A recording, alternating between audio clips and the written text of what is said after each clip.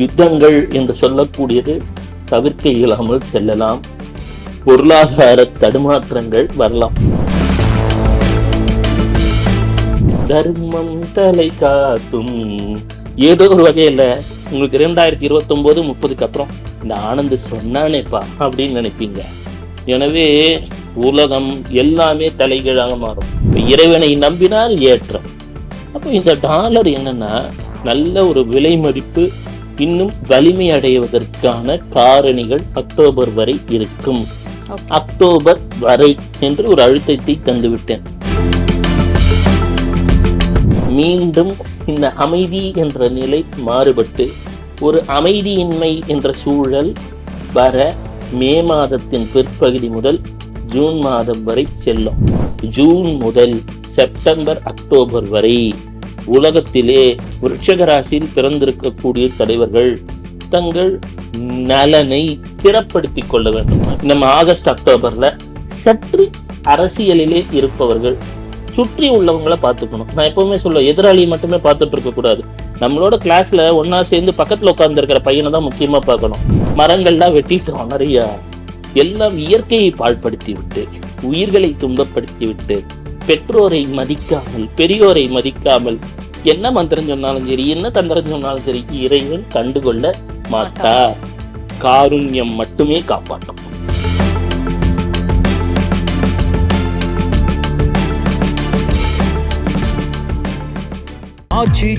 எந்த சமையலும் ருசி தேடும் ரகசியம் 20 ரூபாய். ராணி நேயர்களுக்கு அன்பான வணக்கம்.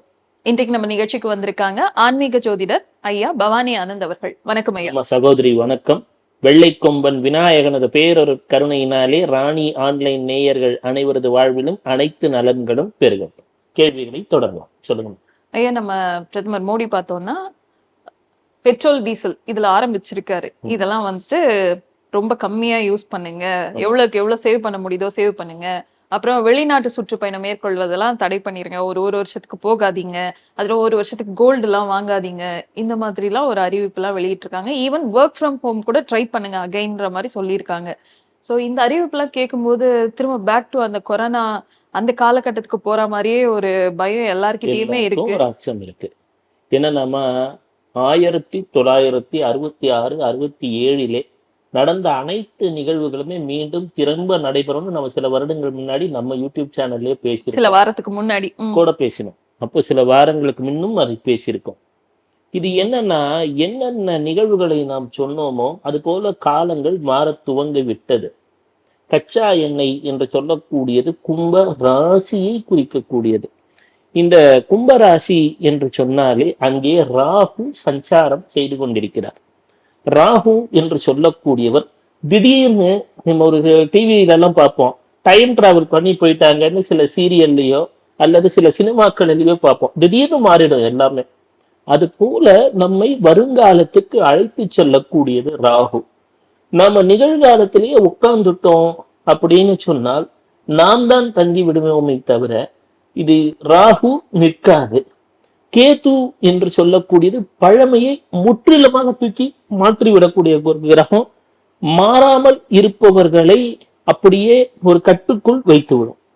இவை இரண்டும் தன்னுடைய சொந்த நட்சத்திரத்துல பிரயாணம் செய்து கொண்டிருக்கிறது. இது போன்ற காலகட்டங்களிலே பழைய தலைவர்கள் மாறுகிறார்கள். அது போல என்னன்னா பொருளாதார கட்டமைப்புகள் மாற துவங்கி விடுகிறது, விஞ்ஞானமும் மாற துவங்கி விடுகிறது. 1966-67 எனக்கு தெரிந்த வகையிலே அக்டோபர் நவம்பரிலே குரு கடகத்தில் இருக்கும் பொழுது 23 பாகையில, அதே போல் சனீஸ்வரர் 13 பாகையிலே மீனத்தில் இருந்த போது, வெள்ளி என சொல்லக்கூடிய உலோகம் வரலாறு காணாத வகையிலே விலை உயர்ந்தது. ஆங்காங்கே நாடுகளின் பணங்கள் தன் மதிப்பை இழந்தன. அதே போன்ற ஒரு நிலை வந்து கொண்டிருக்கிறது. இதுல ஜப்பான்ல சொல்லுவாங்க 1980களில் இழந்து விட்ட ஒரு 10 ஆண்டுகள் அப்படின்னு ஒரு வார்த்தை உண்டு. நம்ம சுனாமி அப்படின்லாம் சொல்றோம் இல்லைங்களாமா, அது மாதிரி வேற ஒரு சொல்லாக குறிப்பிடுகிறார்கள். அந்த காலகட்டத்துல நிறைய பேருக்கு வேலை இழப்பு ஏற்பட்டது. வங்கி கடன்களை கட்ட இயலவில்லை. அந்த கட்டாதவங்களுடைய சொத்துக்களை வங்கிகள் அபகரிக்க துவங்கின, எடுக்க துவங்கின, என்ன வேணா சொல்லிக்கோங்க. விலை ஏறிய ரியல் எஸ்டேட் எல்லாம் விட துவங்கியது. அன்னைக்கு விழுந்தது, இன்னி வரைக்கும் ஜப்பான்ல ரியல் எஸ்டேட் ஏறவே இல்லை. நிறைய பேர் திருமணம் செய்து கொள்ளவே அச்சப்பட்டு விட்டார்கள். இன்னைக்கு ரொம்ப ஜனத்தொகை குறைஞ்சிட்டு இருக்கு. நாமெல்லாம் இன்ஃபிளேஷன், பண வீக்கம் என்று பேசுகின்றோம். அங்கே இதுக்கு நேர்மாறான சூழ்நிலை நடக்க துவங்கியது. அப்போ ஏன் இப்போ நம்ம தாய்நாட்டுல இப்படி நடக்குது அப்படின்னா, நம்ம கிரக ரீதியாக ஆராய்ந்தால் நம் தேசத்தின் லக்னம் என்று சொல்லக்கூடியது ரிஷப லக்னம். ரிஷபம்னு சொன்னா சுக்கிரன் என்று சொல்லக்கூடிய கிரகம். நமது நாட்டின் ராசி என்று சொன்னால் கடகம். சரிங்களாமா? நம்ம நாட்டோட ராசி கடகம், லக்னம் வந்து ரிஷபம். நடக்கக்கூடிய தசாபுத்தி என்பது செவ்வாய். எனவேதான் செவ்வாய்னா என்ன குறிக்கும்? போரை குறிக்கும், போர் வீரனை குறிக்கும். நிலம் வாங்குறீங்கன்னா உங்களுக்கு செவ்வாய் தசை ஓடுதா அப்படின்னு கேட்பாங்க. நீங்க நிலம் வாங்க போனா உடனே என்ன பண்ணுவீங்க? வங்கியில கடனை வாங்குவீங்க. வீட்டுல 4 தங்க நகை இருந்தா அடமானம் வைப்பீங்க. இதை செய்து விட்டு ஒரு வீட்டை வாங்குகிறீர்கள். நீங்க ஒரு நாடு யுத்தம் செய்யும் ஒரு சூழ்நிலை வந்துருச்சுன்னு வச்சுக்கோங்க, தன்னை தற்காத்து கொள்ள வேண்டிய ஒரு கட்டாய சூழ்நிலையில. பொதுவாகவே நம் பாரத தேசம் அமைதியை விரும்பக்கூடிய நாடு. அப்போ என்னன்னா வெற்றி பெறும். செவ்வாய் திசையில நீங்க வீடு வாங்கணும்னு நினைச்சாலோ, ஒரு வெற்றி பெறணும்னு நினைச்சாலோ கட்டாயம் வெற்றியை தரும். எனினும் செவ்வாய் உச்சமாகக்கூடிய மகர ராசியிலே குரு நீச்சம் அப்படின்வாங்க. அப்படின்னா என்னன்னா, ஒரு வீட்டை வாங்கணும்னு போனா என்ன ஆகும்? நகையெல்லாம் அடமானம் வைப்பீங்க, வீட்டுல இருக்கிற பணம் எல்லாம் அதுக்கு ரிசோர்சஸ் போகும், ஆனா வீட்டை வாங்கிட்டீங்க. அதே குரு உச்சமாகும் பொழுது செவ்வாய் நீச்சமாகும். இப்போ நடக்கக்கூடியது செவ்வாய் திசை. செவ்வாய் நமது தாய் திருநாட்டு ஜாதகத்திலே மிதுனத்திலே இருக்கிறார். அங்கே இந்திர சாபம் என்று சொல்லக்கூடிய உபகிரகம். நிறைய ஜோதிடர்கள் என்னன்னா இந்த உபகிரகங்களை பத்தி பேச மாட்டாங்க. ஆனால் உபகிரகங்கள் என்பதும் வெளிவட்டார கிரகங்கள் என்பதும் தான் நமக்கு பொதுவாக ஒரு ஜாதகத்தின் போக்க சொல்லும். இது என்ன ஆகும்? இந்த இந்திர சாபம்னா பேர்லயே உங்களுக்கு தெரியுது, அது என்ன? இந்திரனுடைய சாபம்.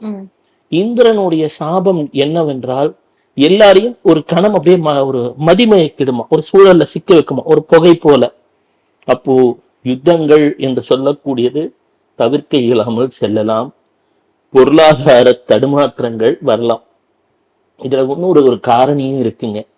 நம்ம சனீஸ்வரர் என்பவர் மீனத்திலே சென்று கொண்டிருக்கிறார், கடல் ராசி.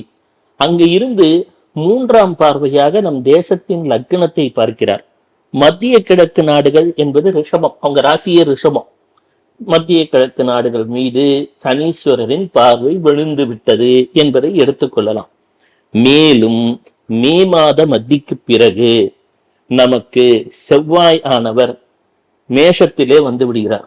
மேஷத்திலே வரும் பொழுது ஜோதிட கிரந்தங்கள் படி ஒரு தேசத்தின் லக்னத்திற்கு 12 செவ்வாய் வந்து அது 4ஆம் பார்வையாக 3ஆம் இடத்தை பார்க்கும். 4ஆம் பார்வைனா ஒரு தாய்மையை குறிக்கக்கூடியது.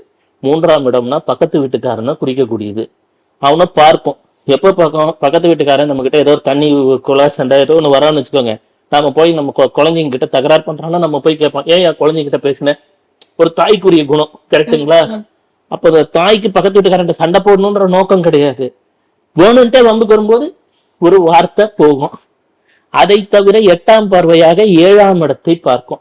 7ஆம் இடம் என்பது டிப்ளமேட்டிக் ரிலேஷன்ஷிப் என்பார்கள். அதாவது ஒரு மதியுகம் சார்ந்து சரி பண்ணணும்னு முயற்சி பண்ணும்.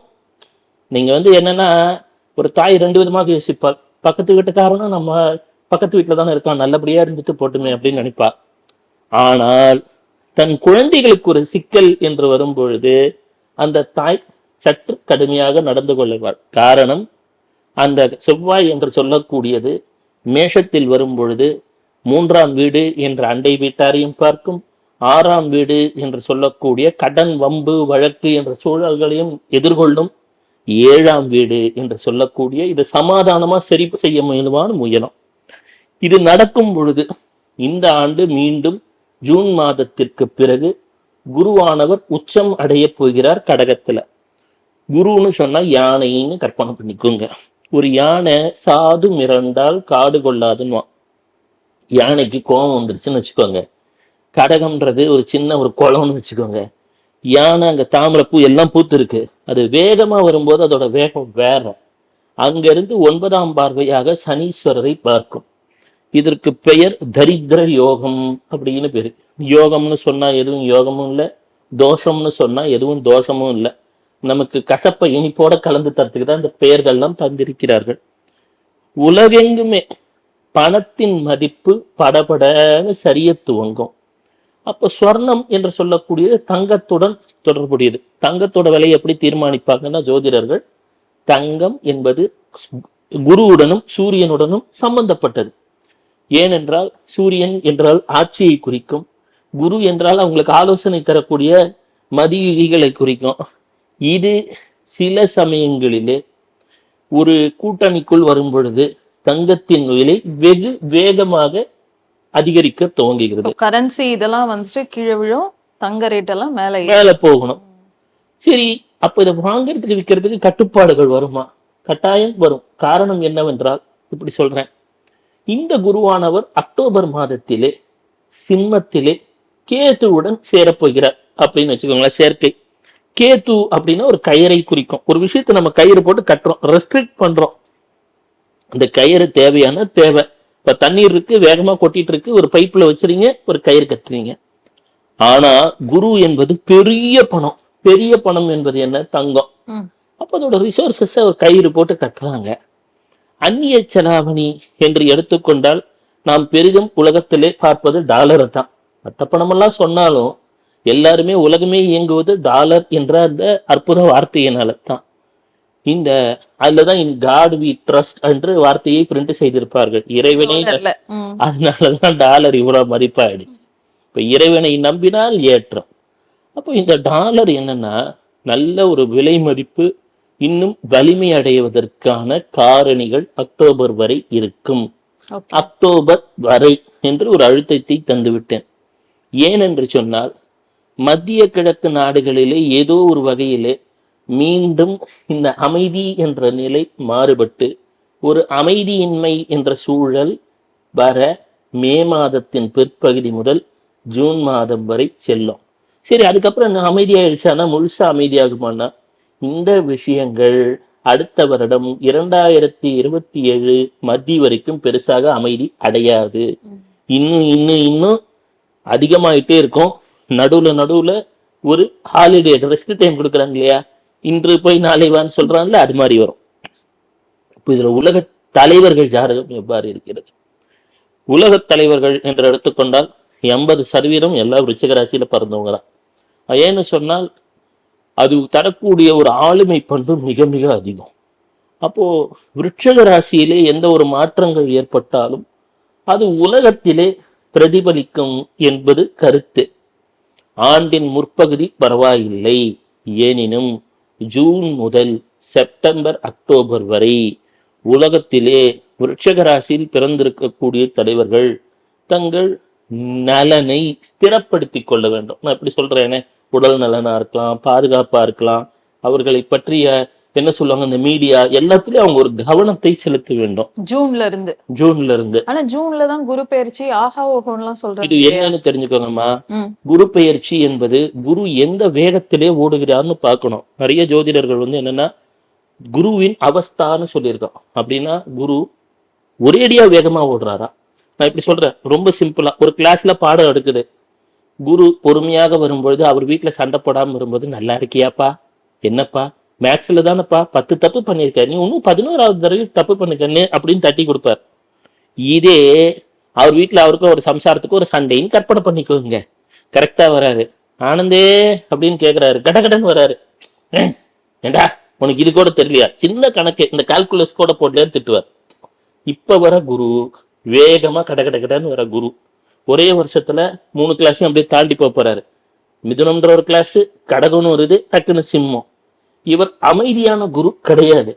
இந்த குரு பயிற்சி என்பது 12 ராசியுமே கவனமா தான் இருக்கணும். ஏன்னா டீச்சர் சரி கடுப்புல இருக்காரு, மாப்பிள்ள இவனுக்கெல்லாம் சொன்ன ஹோம்ஒர்க்க பண்ணல. குரு என்ன ஹோம்ஒர்க் எதிர்பார்த்தாருன்னா, மனிதர்கள் கருணையோட இருக்கணும், அன்போட இருக்கணும், பெற்றோரை மதிக்கணும். குருன்னு சொன்னா அவருக்கு ஒரு 10 அஜெண்டா வச்சிருக்காரு. அந்த அஜெண்டாக்குள்ள யாருமே ஃபிட் ஆகல. இதுதான் பிரச்சனை. இப்போ 12 ராசியை எந்த ராசியை சேர்ந்திருந்தாலும் இந்த தடவை குரு பயிற்சிக்கு சொல்ற பலனெல்லாம் அப்படியே பெருசா எடுத்துக்க கூடாது. ஏதோ இப்போ நீங்க ஆறுதல் அடையணும், கவலைப்படாதீங்கப்பா, ஒன்றும் பண்ண மாட்டாரு. டீச்சர் வருவாரு, அப்படியே உங்களை போனா கணக்கு போட்டுங்கன்னு, நீ தப்பா கணக்கு போட்டாலும் ராசா மார்க் போடுறேன்னு சொல்லுவாருன்னு சொல்லுவாங்க. ஆனா சொல்லுவாங்க. இந்த தடவை வர யானை வேகமாக ஓடக்கூடிய மத யானைக்கு சமம் குரு. இவர் மீண்டும் எப்ப அமைதி அடைவார்னா, விருட்சக ராசிக்கு போகும்பொழுதும் மகரத்துக்கு நீச்ச நிலைக்கு போகும்பொழுதும் அமைதியாவார். அது எவ்வளவு நாள் இது ஆகும்? ஒண்ணும் இல்ல, கண்ணை மூடி கண்ணை திறக்கட்டும் 2031 32 அப்படியே வந்துரும். வந்ததுக்கு அப்புறம் இப்ப 2026ல இருக்கும், நீங்க 2032 சொல்றீங்க. கண்ணை திறந்து கண்ணை மூடுறதுக்கு. அப்புறம் அடுத்த வருடம் தமிழ்நாட்டிலும் அரசியல் தலைவர்கள் ஆங்காங்கே தன் கூட்டணியில் உள்ளவர்களை எல்லாம் சற்று பார்த்து கொள்ள வேண்டும். குறிப்பாக மீண்டும் நான் ஏற்கனவே சொன்னேன், கன்னி துலாம் இந்த கதையெல்லாம் சொன்னேன். மீண்டும் அடுத்த நம்ம ஆகஸ்ட் அக்டோபர்ல சற்று அரசியலிலே இருப்பவர்கள் சுற்றி உள்ளவங்களை பார்த்துக்கணும். நான் எப்பவுமே சொல்லுவேன், எதிராளியை மட்டுமே பார்த்துட்டு இருக்க கூடாது. நம்மளோட கிளாஸ்ல ஒன்னா சேர்ந்து பக்கத்துல உட்கார்ந்து இருக்கிற பையனை தான் முக்கியமா பார்க்கணும். நாம என்ன பண்ணுவோம், எதிர்பெஞ்சில் இருக்கிற பையனை தான் பார்ப்போம். பக்கத்துல இருக்கிற பசங்களை கொஞ்சம் நல்லா பார்த்துக்கணும்ன்றது ஒரு ஜோதிட கருத்து அப்படின்னு எல்லாம். இத கேட்கும்போது மீண்டும் மீண்டுமா ஐயோன்ற மாதிரி இருக்கு. இதே ரிப்பீட் ஆயிருமா இந்த சூழல்? இல்ல, உங்களுக்கு இதெல்லாம் பார்க்க பழகிடும். அவ்வளவுதான். நீங்க சொல்றது அடுத்த ஆகஸ்ட்ல திரும்ப இந்த மாதிரி ஒரு சூழலுக்கு வாய்ப்பு இருக்கணும். இல்லன்னா கொஞ்சம் இதாயிடும். எப்பவுமே கூட இருக்கிறவங்க தான் பார்க்கணும். வேணும் நான் என்ன சொல்லுவேன், நீங்க எப்பவுமே எதிரில இருக்கிறவங்க மட்டும்தான் நம்மளோட விளையாட்டுக்கு காமிக்கணும் சதுரங்கத்துலன்னு கிடையாது. கூட இருக்கிறவங்க சதுரங்கத்துல விளையாட்டு கைப்புள்ள இருக்கலாம். ஓகேவா? குறிப்பா இன்னும் தெளிவா சொல்லணும்னா ஒரு உதாரணத்துக்கு சொல்றேன். எல்லா உதாரணம் தானே வாழ்க்கையே. கடகம்னா கடகத்துக்கு 6 8 12 என்னன்னு பார்க்கணும். அவ்வளவுதான். அப்ப என்ன வரும், கும்பம் வரும், தனுசு இல்லைன்னா மிதனத்துக்கிட்ட கொஞ்சம் கவனமா இருக்கணும். அதுக்கு நம்ம எல்லா மிதனத்தோடையும் நம்ம போய் சந்தேகப்பட முடியுமா? இங்க கேமரா எடுக்கிறவர் கூட மிதனமா தான் இருப்பார். போய் பயப்பட முடியுமா? அதெல்லாம் கிடையாது. அப்போ அப்படியே இருந்தாலும் அண்ணா நம்ம எல்லாம் நட்பாப்ப வேண்டியதான்.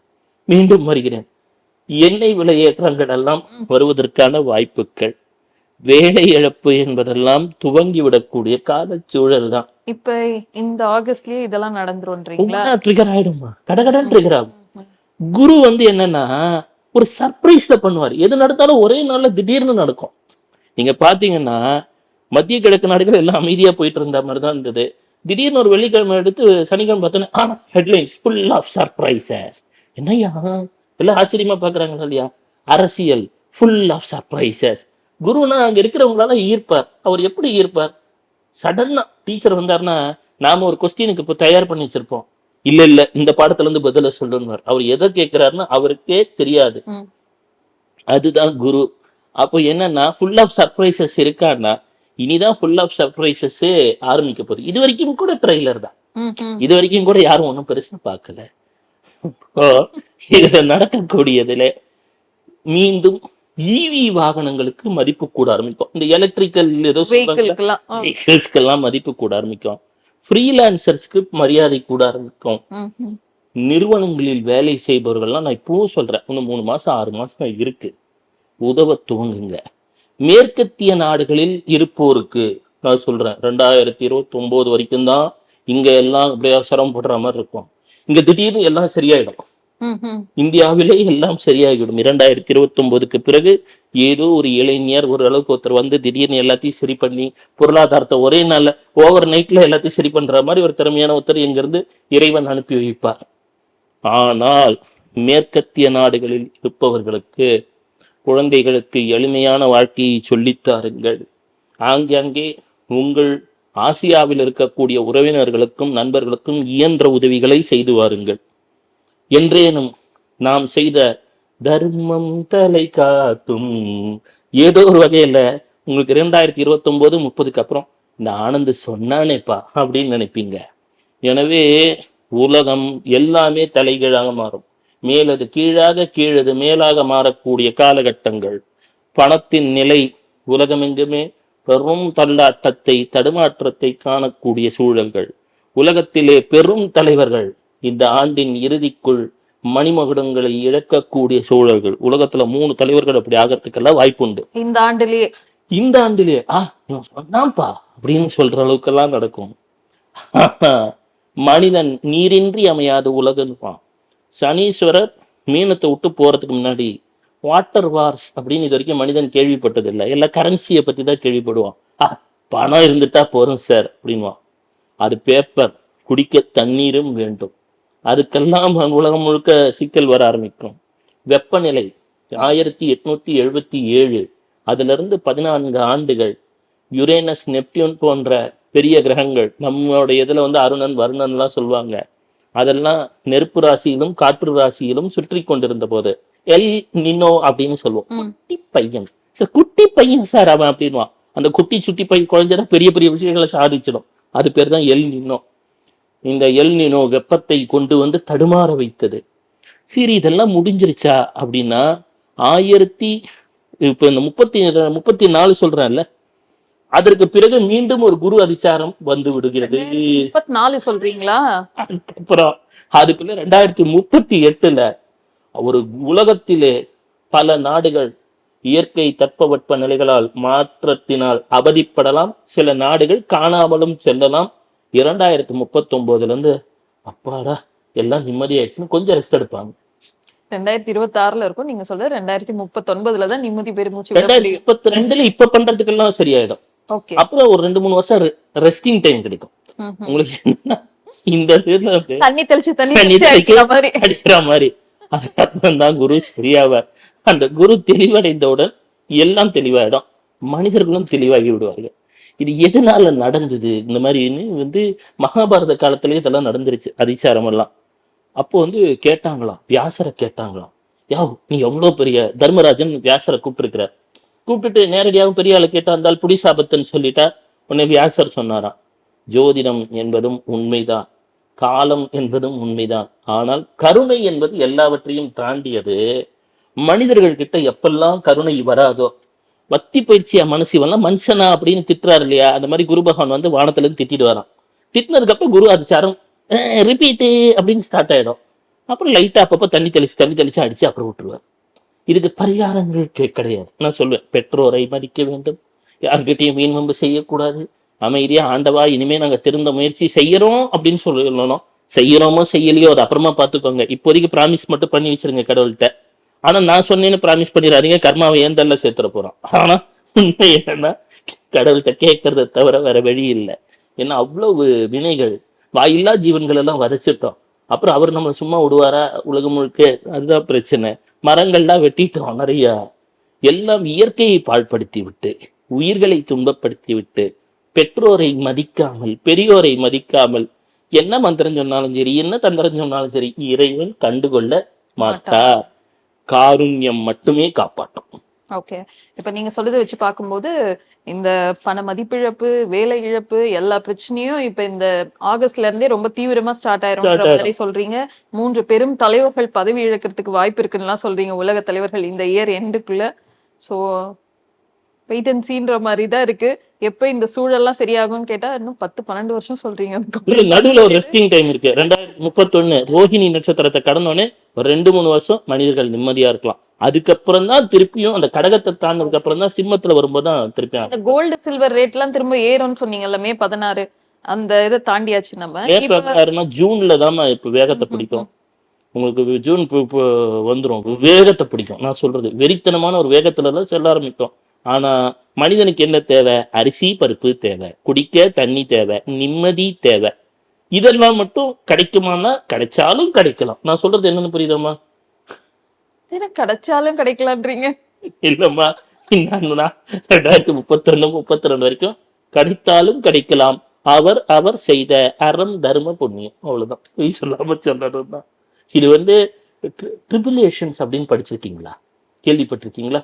விவிலியத்திலே ட்ரிபுலேஷன்ஸ் சொல்லுவாங்க. ஒரு 6-7 வருஷம் மனிதன் ரொம்ப துயரப்படக்கூடிய காலகட்டம் அப்படின்னு. அந்த மாதிரி காலகட்டம் தான் இதுன்றீங்களா நீங்க?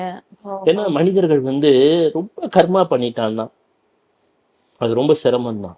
மற்றதெல்லாம் நம்ம ஆறுதலுக்கு 2 வார்த்தை சொல்றோம், கவலைப்படாதீங்க, பாஸ் ஆயிடுவீங்க, உங்களால் முடியும் அப்படின்லாம் சொல்றோம். உண்மை என்னன்னா கருணைக்கு இணையான மருந்து கிடையாது. அதுதான் மறு உந்தாக இருக்கிறது. அந்த மருந்தீஸ்வரன் எப்ப உதவுவான் அப்படின்னா, வடிவுடை அம்மன் அப்படின்னா, ஒருத்தனுக்கு நல்ல ஒரு வடிவாக இருக்கிறாய் என்று சொல்கின்றோம். உலகமே ஒரு வடிவாக இருக்கிறது. இவன் என்ன பண்ணிட்டான், அந்த மறு உந்து என்ன? கருணை. அது இல்லாத போது மருந்தீஸ்வரனும் வடிவுடையும் எவ்வாறு அருள்வான்? அதுதான் பிரச்சனை. இப்போ மனிதன் மாறாதவரை எதுவும் மாறப்போவது கிடையாது. நன்றி ஐயா.